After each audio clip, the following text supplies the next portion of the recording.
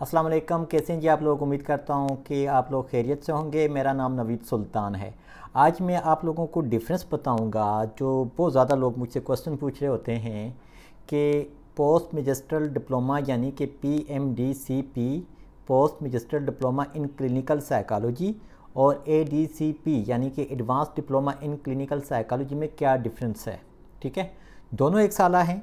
ठीक है, और दोनों ही एक साल के अंदर अंदर आपको कंप्लीट कर दिए जाते हैं। लेकिन कुछ यूनिवर्सिटीज़ में ऐसे भी हो सकता है कि आपका एक साल से ऊपर का भी वक्त लग जाए। इसमें कोई हर्ज नहीं होती कि जी वक्त ऊपर लग गया तो अब हमारा क्या होगा, क्योंकि बाद औक़ात आपको सिखाने की गर्ज से आपको ज़्यादा से ज़्यादा चीज़ें बताई जाती हैं जो कि रिटन में ना भी हों, फिर भी आपको बताया जाता है ताकि उनकी जो डिप्लोमा की क्वालिटी है या लर्निंग जो क्वालिटी है वो बेहतर से बेहतर हो सके। ठीक है, अब यहाँ पर बहुत सारे लोग ये कहते हैं जी कि अच्छा अगर हम ADCP कर लें तो उसके बाद हम MS कर सकते हैं कि नहीं कर सकते।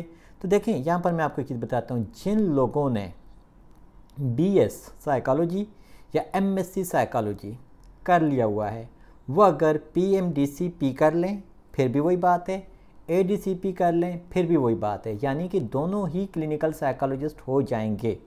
इसके बाद अगर फिर भी आप डिप्लोमा से हट कर MS करना चाहें तो MS क्लिनिकल साइकोलॉजी करेंगे तो फिर भी आप क्लिनिकल साइकोलॉजिस्ट ही कहलाएंगे। यानी कि इन तीनों प्रोग्राम में से MS clinical psychology, ADCP, PMDCP कर लेंगे तो आप क्लिनिकल साइकोलॉजिस्ट कहलवाएंगे। इसके अलावा एक और डिप्लोमा भी होता है जो कि हज़ारा यूनिवर्सिटी ने शुरू किया था फिर बंद कर दिया, लेकिन उनका भी था तो ज़रूर। इसी तरह से आपको करवा रही है यूनिवर्सिटी ऑफ पेशावर, जिसको कहते हैं post graduate diploma in clinical psychology PGDP। ठीक है, वो भी सेम वही बात है, यानी कि ADCP, PMDCP, PGDCP या PGD जो भी बोलते हैं। ठीक है, ये तीनों डिप्लोमास एक जैसे ही हैं, लेकिन फ़र्क कहाँ पर आता है।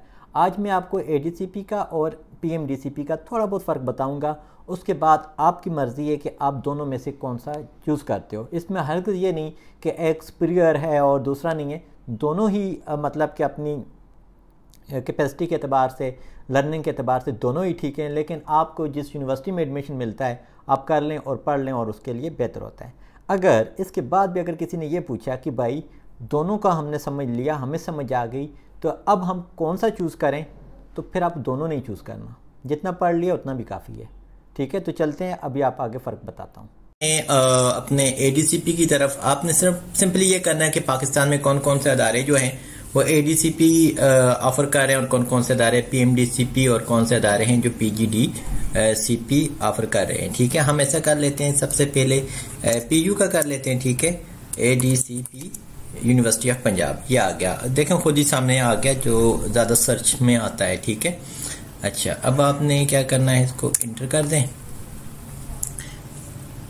ये आ गया। ठीक है, अब इस प्रोग्राम को, अब ये भी लोग कहते हैं ना कि हमें लिंक बता दो, लिंक बता दो, गूगल सर्च कर लो, आपके पास लिंक खुद को खुद आ जाते हैं। दूसरा आप कर लें जी PMDCP GCU, हाँ ये देखो ये कराची यूनिवर्सिटी के, चलो हम GCUF का कर देते हैं। ठीक है, ये आ गया, सही है। अब आपको ये दोनों यूनिवर्सिटीज़ का कंपैरिजन, आपको कंटेंट का कंपैरिजन जो है ना वो आपको पता चल जाएगा। क्लिनिकल साइकोलॉजी का पोस्ट मैजिस्ट्रेट डिप्लोमा और पंजाब यूनिवर्सिटी का ADCP। अब आप ये देखो ज़रा, अगर आप इसको थोड़ा सा जूम करके देख लोगे तो यहाँ पर आपको नजर आएगा द CCP ऑफर। CCP जो है ना वो पंजाब यूनिवर्सिटी के साइकोलॉजी डिपार्टमेंट के अंदर आता है, सेंटर ऑफ क्लिनिकल साइकोलॉजी। ठीक है, उसके अंदर ये जो है ना आपको प्रोग्राम ऑफर कर रहे हैं ADCP जिसको बोलते हैं, और ये रेगुलर होता है। ये किसी भी यूनिवर्सिटी में रेगुलर प्रोग्राम होता है, प्राइवेटली नहीं होता या ऑनलाइन नहीं होता। ये किसी में भी मत फंसें कि जी कि हम ऑनलाइन कर लेंगे, बहुत ज़्यादा धोखे होते हैं इसमें। ठीक है, अच्छा यहाँ पर कहते हैं जी कि the CCP offers ADCP R post graduate, मतलब इसको पोस्ट ग्रेजुएट डिप्लोमा भी कहते हैं, मास्टर इन साइकोलॉजी। अच्छा ये है कब से, post master psychology and applied psychology behavioural sciences students. यानी कि अगर आपने BS साइकोलॉजी कर रखा हो, MSc साइकोलॉजी कर रखा हो या बिहेवियरल साइंसेज में आपने मास्टर्स कर रखा हो तो उसके बाद आपको ADCP ऑफर किया जाता है। तो इससे पहले देखें बिहेवियरल साइंसेज के बारे में मुझे भी इल्म नहीं था कि आया कि ये साइकोलॉजी के अंडर ही आता है कि नहीं आता। तो वाकई ये देखें बिहेवियरल साइंस के बाद भी आपको ADCP ऑफर किया जा रहा है। फिर कहते हैं this programme includes in depth supervise training in clinical assessment, in psychological assessment, diagnosis and psychotherapies. यहाँ पर आपको इस प्रोग्राम में साइकोलॉजिकल असेसमेंट, डायग्नोसिस और साइकोथेरेपी सिखाई जाती हैं ताकि जो साइकोलॉजिस्ट हैं वो ट्रीटमेंट पर्पस के लिए काम कर सकें। ठीक है, आगे कहता है the trainees are also given the practical exposure to deal with the client both at CCP and hospital setting under the supervision of experienced clinical psychologist. अब यह है कि आपको क्लाइंट के साथ भी एक्सपोजर करवाया जाता है, लेकिन आपको डायरेक्टली एकदम से क्लाइंट नहीं दिए जाते, आपको अंडर सुपरविजन काम करना पड़ता है। It consist of 3 semesters, 3 semesters हैं इसके, 1 साल के ही हैं, लेकिन मेरे ख्याल से इसमें इन्होंने देख लेते हैं आगे कैसे बनाया हुआ है। Professional ethics and legal issues in clinical psychology, clinical assessment, theory, demonstration and reporting, therapeutical interventions, behavioral therapy, cognitive behavioral therapy, rational emotive behavioral therapy, family therapy and drug rehabilitation। आपको ये 5 किस्म के जो चीजें पढ़ाई जा रही हैं, ये आपको यहाँ पर बड़ी फोकस इसके ऊपर किया जाता है। ठीक है, बहुत ज्यादा मतलब कि इंटेंसिव आपकी इसके ऊपर ट्रेनिंग होती है। Psychopathology and neuropsychopathology, pharmacology, case consultations and clinical internship covering 17 credit hours. अब आप ये देख लें कि 17 क्रेडिट आवर्स में आपको ये सब कुछ पढ़ाया जाता है। क्रेडिट आवर्स का मतलब ये होता है, 1 क्रेडिट आवर्स का मतलब ये होता है कि 10 घंटे क्लासरूम का स्टडी। अब आप देखिए 17 क्रेडिट आवर्स हैं, तो इसका मतलब ये है कि 170 घंटे आपको यूनिवर्सिटी के अंदर पढ़ाया जाएगा। बाकी जो है ना 1020 घंटे ये क्लिनिकल सुपरवाइज इंटर्नशिप होगी। ये आपका अपनी यूनिवर्सिटी में नहीं होगा, ये किसी आपका हो सकता है अस्पताल हो या आपका सीसीपी के अंदर ही जो आपका सेंटर ऑफ क्लिनिकल साइकोलॉजी है वहीं पर भी हो सकता है कि आपको कुछ क्लाइंट दिए जाएं और वहां पर आपकी सुपरविजन की जाए कि आया कि आप कैसे क्लाइंट को डील करते हो और आगे इसको आप फ्यूचर में कैसे डील करोगे जब प्रैक्टिकल लाइफ में आ जाओगे। ठीक है, फिर कहते हैं जी कि clinical supervise internship under the supervision of trend clinical psychologist in the hospital setting, 765 hours of client consultation under the supervision of trained clinical psychologist and weekly case conferences। वो case conferences वगैरह जैसे बहुत सारी universities करती हैं, मतलब के अदारों में भी होता है, वीकली होते हैं, फिर उसके बाद 15 दिनों के बाद भी होता है, लेकिन मोस्टली वीकली या वीक में भी 2 बार होते हैं। जितना ज्यादा आपके पास क्लाइंट रेशियो है या जितनी ज्यादा आपको जरूरत है उस तरह से करते हैं। आपके सेमेस्टर टोटल 3 है। पहले सेमेस्टर में 13 क्रेडिट आवर्स हैं, दूसरे सेमेस्टर में 2 क्रेडिट आवर्स हैं, तीसरे में भी 2 क्रेडिट आवर्स हैं। टोटल आपके 17 क्रेडिट आवर्स आ जाते हैं। यहां पर आती है इंपॉर्टेंट चीज कि कोर्स आउटलाइन क्या है। ठीक है, यहां तक तो हम इसको देखते हैं। अब यहां पर हम आगे GCU का PMDCP, ये तकरीबन सेम ही होता है। PMDCP आपका मतलब कराची यूनिवर्सिटी का, यूनिवर्सिटी ऑफ हरीपुर का, GCU फैसलाबाद का, जहां पर भी PMDCP करवाया जा रहा है तकरीबन इनका कंटेंट एक जैसा होता है। जहां पर ADCP करवाया जा रहा है तो तकरीबन उनका कंटेंट एक जैसा होता है, लेकिन फर्क कहां से आता है? आपके क्रेडिट हावर्स पे या थोड़ा बहुत आपके थोड़ा बहुत 19-20 का फर्क होता है, इतना ज्यादा नहीं है। यहाँ पर ये कह रहे हैं कि scheme of studies post magistral diploma in clinical psychology, 2 semesters हैं इसके, 1 year diploma programme for the year 2015 and onward. 2015 के बाद यही चल रहा है जी। यहाँ पर आप ये देखें, इन्होंने ना नीचे आपको 1 by 1 पहले सेमेस्टर का बताया हुआ है, बल्कि ठहरे इन्होंने डिटेल में डायग्नोसिस है, सेमेस्टर 2 है, कंटेंट है। चले इनकी और पहले हम कंटेंट पे ही चले जाते हैं ताकि हमें आसानी समझ आ सके। अब आप ये देखें कि इनकी कोर्स आउटलाइन जो है, इनकी भी सेमेस्टर 3 ही बन जाते हैं, सेमेस्टर 1, सेमेस्टर 2 और समर सेमेस्टर। ठीक है, अच्छा यहाँ पर इनका और पंजाब यूनिवर्सिटी का अगर आप देखेंगे तो ये कोर्स आउटलाइन में सेमेस्टर 1 में आपको professional ethics and legal issues in clinical psychology, clinical assessment theory, clinical assessment practical demonstration, behavioural therapy, cognitive behavioural therapy, REBT, family therapy and drug rehabilitation, neuropsychology, psychopathology, psycho pharmacology और client consultation, case conferences, professional skills, फिर assessment clinical internship, फिर crisis intervention and trauma disaster management. अच्छा, फिर उसके बाद case conference, professional clinical internship, यानी कि तमाम आपको वो वाली चीज़ें जो कि आपको ज़रूरत होती हैं एज अ क्लिनिकल साइकोलॉजिस्ट। आप जब आप क्लाइंट के साथ इंटरवेंशंस करते हो, यानी कि उसके साथ ट्रीटमेंट का सिलसिला करते हो, तो आपको ये सारी की सारी चीज़ें जो है ना तकरीबन इसमें पढ़ा दी गई हैं, या फिर आपको उतना जो है ना ट्रेन कर दिया गया। ठीक है, यहाँ पर आप देखेंगे और यहाँ पर 17 क्रेडिट आवर्स हैं और 1020 जो है आपकी उसके इंटर्नशिप के आवर्स हैं। यहाँ पर आपको research methodology and statistics and clinical psychology आपको वो भी पढ़ाया जाता है। साइको डायग्नोसिस मतलब डायग्नोसिस इसमें भी पढ़ाए जाते हैं, असेसमेंट पढ़ाई जाती है, साइकोथेरेपी, फिर साइको फिजियोलॉजी एंड फार्माकोलॉजी, फिर इंटर्नशिप। यहाँ पर आपको उसमें ना हर सेमेस्टर में आपको इंटर्नशिप करवाई जाती है PMDCP में। ठीक है, यानी कि अगर आपके 3 सेमेस्टर हैं तो आपको 3 इंटर्नशिप्स होंगी। फिर यहाँ पर है जी कि research methodology, psycho diagnosis and assessment, psychotherapy, psycho physiology and pharmacology और इंटर्नशिप। ठीक है, फिर यहाँ पर फिर आगे आपको अगेन आप देखेंगे तो इंटर्नशिप है, तो ये चीज़ें आपको यहाँ पर इसके अंदर ये 3 सेमेस्टर्स में आपको पढ़ाई जाती हैं। लेकिन क्रेडिट आवर्स कितने हैं? 38, यानी कि 380 घंटे आपको क्लासरूम में पढ़ाया जाता है, जबकि दूसरे ADCP में आपको 170 घंटे क्लासरूम में पढ़ाया जाता है। ठीक है, अब आगे देखिए, कुछ फ़र्क आपको नज़र आ रहा है? यहाँ पर कोई CBT REBT वगैरह नहीं है ना, यहाँ पर CBT और REBT वगैरह भी आपको अलग अलग से बता दी गई हैं, जबकि यहाँ पर नहीं है। लेकिन यहाँ पर क्या है, यहाँ कर इन्होंने साइकोथेरेपी लिखा है ना, इसके अंदर यहाँ पर कहीं पे ये पढ़ा रहे होंगे। अब आप ये देखें, इनका भी अगर आप देखें तो वही है कि MA MSc BS 4 year minimum second class in psychology are in the allied field equivalent to the recognized university candidate will be। वही allied field अगर कह रहे हैं तो मेरे ख्याल से वही उसको कह रहे होंगे, behavioral sciences को ही कह रहे होंगे। अच्छा, एलिजिबिलिटी क्या है? पहले इसमें क्या पढ़ाते हैं? यहाँ पर क्लिनिकल साइकोलॉजी 801।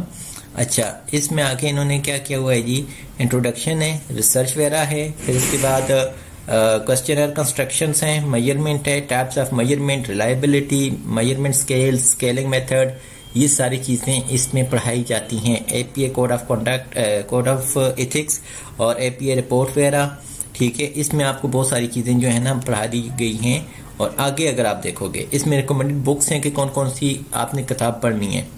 फिर साइको डायग्नोसिस में आपको फिर यहाँ पर what is psycho diagnosis, importance of psycho diagnosis, वो सारी चीज़ें। फिर आके आपको DSM-4 TR का इन्होंने किया हुआ है, लेकिन अब जो है ना DSM-5 ही पढ़ा रहे हैं। उसके लिए आपने कंफ्यूज नहीं होना, क्योंकि ये 2015 का लिखा हुआ है, तो तब तक तो इतना वो नहीं था, लेकिन अभी DSM-5 ही एप्लीकेबल है हर जगह पे। ठीक है, मल्टी एक्सेल सिस्टम वो है, लेकिन ये कि आपको वही तमाम के तमाम जो 20 कैटेगरीज हैं वो यहाँ पर पढ़ा दी जाती हैं। क्लिनिकल इंटरव्यूइंग है, ठीक है, फिर उसके बाद आगे इसकी रिकमेंडेड बुक्स है। साइकोथेरेपी में आपको क्या क्या पढ़ाया जाता है? Introduction to psychotherapy, goals of psychotherapy, gender and psychotherapy, qualities of good psychotherapist, each and everything आपको थोड़ा थोड़ा करके इसमें पढ़ाया जाता है।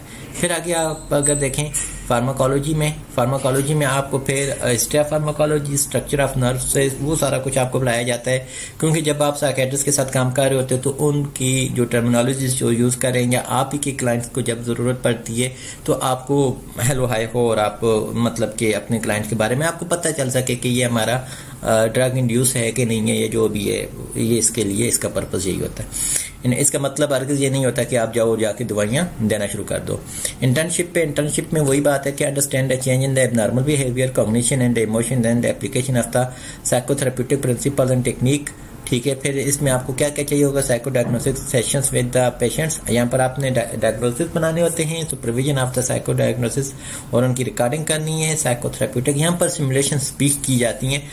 बाकी दुनिया में तो सिमुलेशंस होती हैं, आप पाकिस्तान में जो है मोस्टली टीचर्स ये कहते हैं कि अपने क्लाइंट का आप वो कर लेना, लेकिन उसमें प्रॉब्लम ये होती है कि क्लाइंट हमें परमिशन नहीं देते कि उनकी रिकॉर्ड कर ली जाए। ठीक है, फिर psychotherapeutic sessions with the patients, supervision of the psychotherapeutic sessions, report writing और participate in the case conferences, जो यहाँ पर आपकी केस कॉन्फ्रेंसेस होती हैं वो इसमें भी हो रही हैं। ठीक है, आगे अगर आप देखेंगे रिसर्च एंड स्टैटिस्टिक्स आपकी आ गई। ठीक है, फिर उसी तरह से आपकी इसमें टेस्टिंग वगैरह है। ठीक है, और वो सारी चीज़ें आ गई हैं। फिर उसके बाद आपका साइको डायग्नोसिस एंड असेसमेंट आ गई है। फिर इसी तरह से आपकी टेस्ट कंस्ट्रक्शंस वगैरह आ गई, यानी कि इसमें आपकी टेस्टिंग के ऊपर ज़्यादा बात की गई है। और यहाँ पर आपको अगर हम देखें TST टेस्ट, ठीक है, तो इसमें टेस्टिंग की कोई ख़ास बात नहीं की गई, ठीक है। जबकि यहाँ पर अगर हम देखेंगे साइकोथेरेपी टू TEST टेस्टिंग, ठीक है, तो ये देखें 34 टाइम यहाँ पर ये शो हो रहा है कि टेस्टिंग आपका आ रहा है, उसमें खैर बाकी चीज़ें नहीं है, लेकिन ये personality test, intelligence test, neuro psychological test है, टेस्ट एडमिनिस्ट्रेशन, यानी कि एक बंदा अगर PMDCP करके आया हुआ है तो उसको इन चीज़ों की ज़्यादा मतलब कि नॉलेज हो सकती है कि क्योंकि उनकी ज़्यादा इसके ऊपर कमांड है, जबकि यहाँ पर आपके उसमें इतनी कमांड नहीं है, या यूँ समझ लें कि आपको यहाँ पर पढ़ाया नहीं गया। यहाँ पर हम एक और काम कर लेते हैं, पर्सनालिटी असेसमेंट इसमें कहीं पे है, कंट्रोल PERSO, पर्सनालिटी असेसमेंट इसमें नहीं है। जबकि अगर आप यहाँ पर देखेंगे तो आप यहाँ पर करेंगे PERSO पर्सनालिटी एंड साइकोथेरेपी, ठीक है, तो यहाँ पर आपको इसको मज़ीद जो है ना डिटेल में पढ़ाया जाता है, और पर्सनालिटी डिसऑर्डर्स वगैरह हैं, पर्सनालिटी टेस्ट वगैरह हैं, ये आपको PMDCP के अंदर किए जा रहे हैं, ठीक है। आगे अगर हम देखें, हम काम तक पहुंचे थे जी, साइकोथेरेपी तक पहुंचे थे। इसके अंदर आपको साइकोडायनामिक अप्रोचेस वगैरह पढ़ाई जाती हैं, ठीक है। फिर इसी तरह से मज़ीद आपको साइकोफिजियोलॉजी एंड फार्माकोलॉजी, ठीक है, ये सारी चीज़ें पढ़ाई जाती हैं। फिर आपको इंटर्नशिप करवाई जाती है, और ये सारी चीज़ें जो है ना आपको इसमें सेम वही चीज़ होती है। अब हम यहाँ पर ये देखेंगे कि क्या REBT यहाँ पर कहीं है, तो REBT यहाँ पर नहीं है। हम क्या यहाँ पर CBT कर रहे हैं, तो यहाँ पर CBT भी नहीं है, ठीक है। यहाँ पर कॉग्निटिव बिहेवियरल थेरेपी, ठीक है, कॉग्निटिव ये इस तरह से पढ़ा रहे हैं, ठीक है। हाँ ठीक है, ये अलग से तो आपको वो नहीं कर रहे, लेकिन आपको पढ़ा ज़रूर रहे हैं। कहाँ पर पढ़ा रहे हैं जी, आपको इसमें कितनी चीज़ें पढ़ा रहे हैं, ये साइकोथेरेपी में आपको पढ़ा रहे हैं जी टाइप्स ऑफ साइकोथेरेपी, फिर उसके बाद साइकोडायनामिक अप्रोचेस, फिर उसके बाद intensive brief psychotherapy, brief psychoanalysis आपको पढ़ाया जा रहा है, rational emotive behaviour therapy Albert Ellis का पढ़ाया जा रहा है। इसका मतलब ये कि आपको REBT इसके बाद PMDCP कर लें या ADCP कर लें, उसके बाद आपको REBT अलग से पढ़ने की ज़रूरत नहीं है। बिहेवियरल थेरेपी भी आपको पढ़ाई जा रही है, कॉग्निटिव थेरेपी भी आयरन बेक वही CBT जो है वही पढ़ाई जाती है, कॉल रॉजर्स की CCT क्लाइंट सेंटर्ड थेरेपी भी आपको पढ़ाई जाती है, अल्बर्ट एलिस की होमनेस्टिक अप्रोच है, एग्जिस्टेंशियल साइकोथेरेपी है, रियलिटी थेरेपी है, ट्रांसलेशनल एनालिसिस है, और एक्सपेरिमेंटल अप्रोचेस हैं, और मल्टी मॉडल बिहेवियरल थेरेपी, यानी कि आपको यहाँ पर ज़्यादा चीज़ें पढ़ाई जा रही हैं थेरेपीज़ की सूरत में। और यहाँ पर सिर्फ ये है कि ये आपका 3 क्रेडिट आवर्स है, 3 क्रेडिट आवर्स का आपको साइकोथेरेपी के अंदर, साइकोथेरेपी 2 के अंदर बहुत सारी चीज़ें पढ़ाई जा रही हैं, यानी कि 30 घंटे के अंदर आपको बहुत सारी चीज़ें पढ़ाई जा रही हैं। जबकि यहाँ पर आप देखेंगे तो आपके पास मिसाल के तौर पर हम ऐसा कर लेते हैं, CBT को ही कर लेते हैं, तो इसको आप देखेंगे तो अकेला CBT यहाँ पर आपको 30 घंटे का पढ़ाया जाता है, ठीक है। यानी कि आपको ADCP में CBT ज़्यादा डिटेल में पढ़ाया जाता है, जबकि PMDCP में थोड़ा थोड़ा करके बहुत सारी चीज़ों को टच दी जाती है, यानी कि पढ़ाया दोनों में ही जाता है, लेकिन यहाँ पर ज़्यादा इंटेंसिव है, ठीक है। मज़ीद देख लेते हैं इसको, ठीक है। और यहाँ पर ये है कि ये शॉर्ट सा है, लेकिन यहाँ के क्रेडिट आवर्स ज़्यादा है, वहाँ के क्रेडिट आवर्स कम है। यहाँ पर इन्होंने आवर्स जो है ना उसके अलग से नहीं लिखे हुए कि सुपरवाइज्ड कितने होंगे, लेकिन ADCP में उन्होंने लिखे हुए हैं कि आपके सुपरवाइज्ड आवर जो हॉस्पिटल बेस के अंदर होंगे वो कितने होंगे। हम यहाँ पर देख लेते हैं ना, हॉस्पिटल का अगर कोई बना हुआ है तो हॉस्पिटल का नहीं, इन्होंने वो नहीं लिखा हुआ, हॉस्पिटल का इन्होंने नहीं लिखा हुआ, लेकिन ये है कि PGD नहीं, पोस्ट ग्रेजुएट डिप्लोमा जो है PMDCP, इसका भी उसी तरह से हॉस्पिटल में ही होता है जैसे कि इसका होता है। सेम चीज़ें हैं, सारा कुछ तकरीबन मिलता जुलता ही है, और मकसद दोनों डिप्लोमास का एक ही है कि साइकोलॉजिस्ट को उनकी स्किल्स को इम्प्रूव किया जाए, ताकि वो अपने पेशेंट्स को बेहतर तौर पर सर्विसेज दे सकें और सारी चीज़ें कर सकें। अब मज़ीद आपने क्या करना है, वेबसाइट्स पे जाएं, गौर से पढ़ें, ठीक है, ताकि आपको आइडिया हो जाए कि हम क्या क्या पढ़ते हैं और क्या क्या कर सकते हैं, ठीक है। और वही बात कि फिर आखिर में यही पूछेंगे कि क्या हम इन डिप्लोमास के बाद क्लिनिक खोल सकते हैं। तो देखें, जब आप इतना ज़्यादा पढ़ते हो, जितना इतना सारा कुछ करते हो, तो फिर आपको खुद ही समझ आ जाती है कि हाँ जी हम क्लिनिक खोल सकते हैं कि नहीं खोल सकते। तो अपने डिप्लोमा के दौरान, MS के दौरान टीचर से डिस्कस करते रहें कि आप क्या क्या कर सकते हैं, इसके बाद क्या क्या नहीं कर सकते। और वैसे भी यहाँ पर भी आपका जब कोर्स आउटलाइन होती है ना, इसके नीचे उन्होंने लिखा हुआ होता है कि इसका स्कोप क्या है। तो इसका स्कोप यही है ना कि असेसमेंट है, डायग्नोसिस है, साइकोथेरेपीज है। तो आपने यही प्रोवाइड करनी है, तो यही आप क्लिनिक बना सकते हो जिसमें आप लिखो कि हम साइकोलॉजिकल असेसमेंट करते हैं, डायग्नोसिस करते हैं, साइकोथेरेपीज देते हैं। बिल्कुल ठीक है, आप कर सकते हो, आप अपना क्लिनिक बनाओ। इसी तरह से आपका जो ये है, इसमें भी यही चीज़ है, ठीक है, कि आपका जो है एक्सपोजर क्यों करवाया जा रहा है, ठीक है, कि आपको मतलब कि आपकी कैपेसिटी को एनहांस किया जाता है ताकि आप क्लिनिकल साइकोलॉजी में अपनी खदमात को बेहतर तौर पर सर अंजाम दे सकें। उम्मीद करता हूं कि अब आपको समझ आ गई होगी और इसको आपने इस तरह से देखना है, इसमें कंफ्यूज नहीं होना है कि एक क्रेडिट हाउस कम है तो एक के ज़्यादा हैं। कोई बात नहीं है, आपको स्किल्स पढ़ाए जा रहे हैं, सारी चीज़ें वो की जा रही हैं। आप अगर इन दोनों को अच्छे तरीके से पढ़ लेते हो, अंडरस्टैंड कर लेते हो, तो आप एक अच्छे क्लिनिकल साइकोलॉजिस्ट बन सकते हो। अल्लाह हाफिज़।